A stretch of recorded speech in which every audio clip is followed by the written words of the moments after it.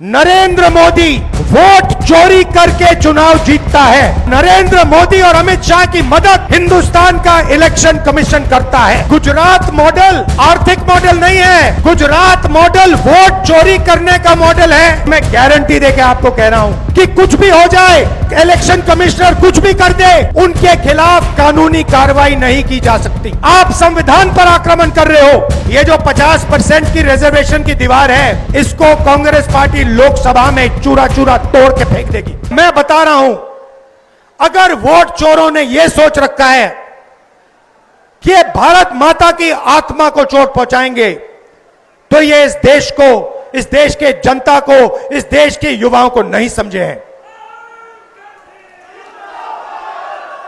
भाई और बहनों, मैं आपको गारंटी देके कह रहा हूं और अच्छी तरह सुनिए, नरेंद्र मोदी वोट चोरी करके चुनाव जीतता है। नरेंद्र मोदी वोट चोरी करके, वोट कटवा के, वोट बढ़ा के चुनाव जीतता है और नरेंद्र मोदी और अमित शाह की मदद हिंदुस्तान का इलेक्शन कमीशन करता है।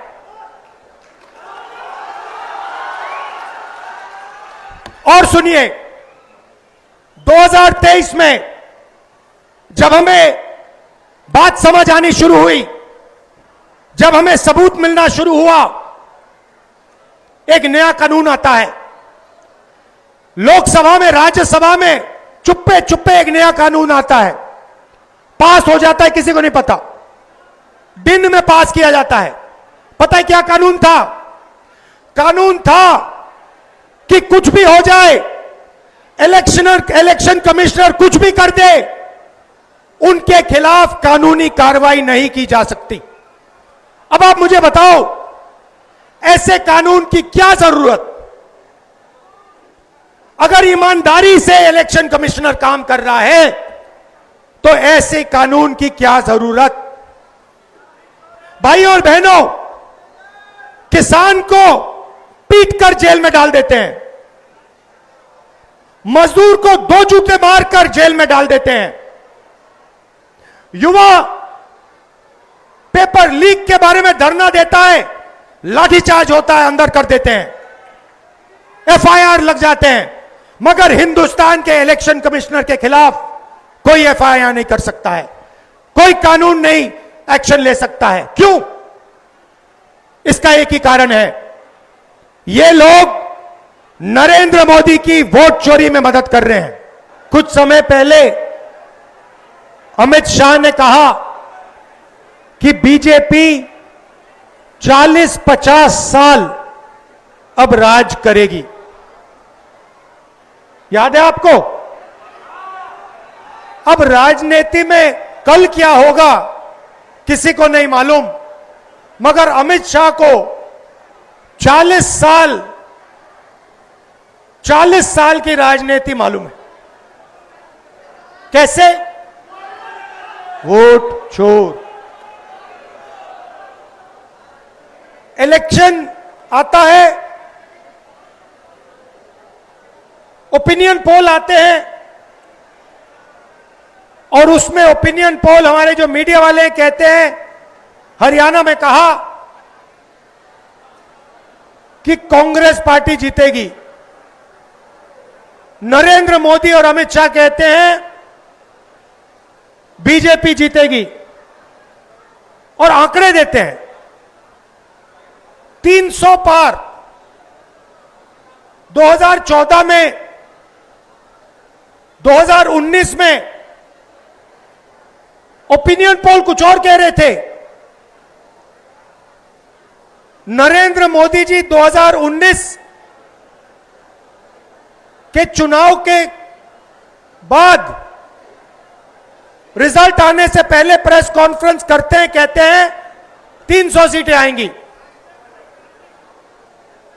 हिंदुस्तान के सारे पोलस्टर कुछ और कह रहे हैं, ओपिनियन पोल कुछ और कह रहे हैं। नरेंद्र मोदी कहता है 300 सीट आएंगी। कितनी आई? 300 आई।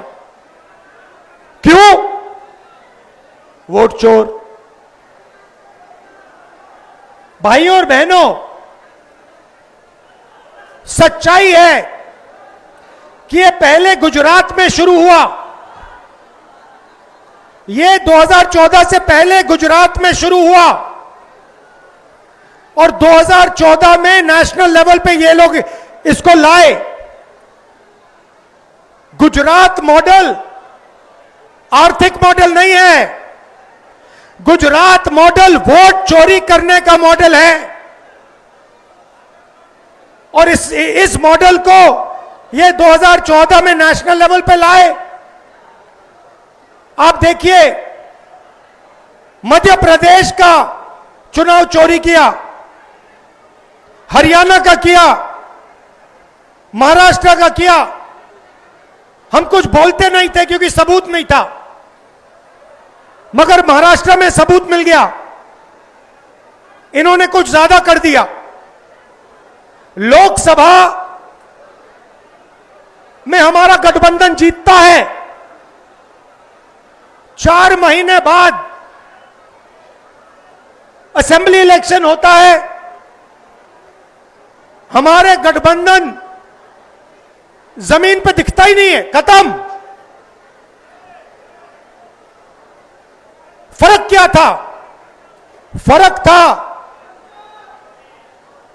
कि लोकसभा में जितने वोट हमें मिले उतने ही हमें विधानसभा में मिले। इलेक्शन कमीशन ने लाखों वोट जोड़े, तकरीबन 1 करोड़ वोट लोकसभा के बाद जोड़े। वो सारे के सारे वोट बीजेपी के खाते में जाते हैं और उन वोटों से बीजेपी चुनाव जीतती है। हमने इलेक्शन कमीशन से पूछा, हमें वोटर लिस्ट दीजिए, कहते नहीं देंगे। हमने कहा वीडियोग्राफी दिखाइए, कहते नहीं देंगे।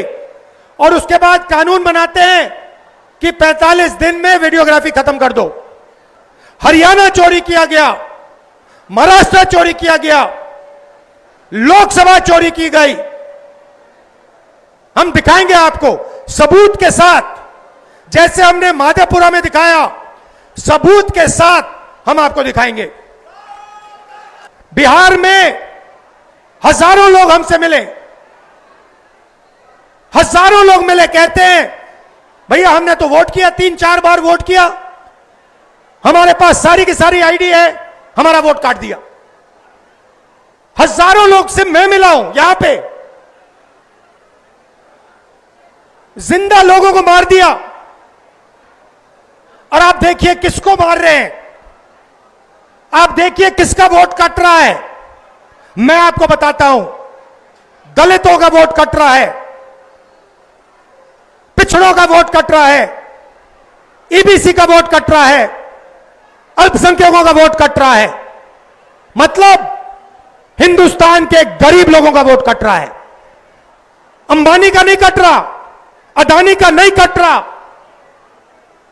हिंदुस्तान के गरीब लोगों का वोट कट रहा है, क्योंकि वो नहीं चाहते कि आपकी आवाज सुनाई दे। वो नहीं चाहते कि आप अपनी जमीन की रक्षा कर पाओ। वो नहीं चाहते कि आप पेपर लीक के सामने खड़े हो पाओ। वो नहीं चाहते कि आपके बच्चों को रोजगार मिले, इसलिए इस पर आक्रमण कर रहे हैं।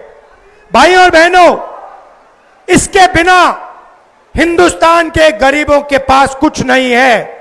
जो अधिकार आपको मिले हैं वो इस किताब से मिलते हैं।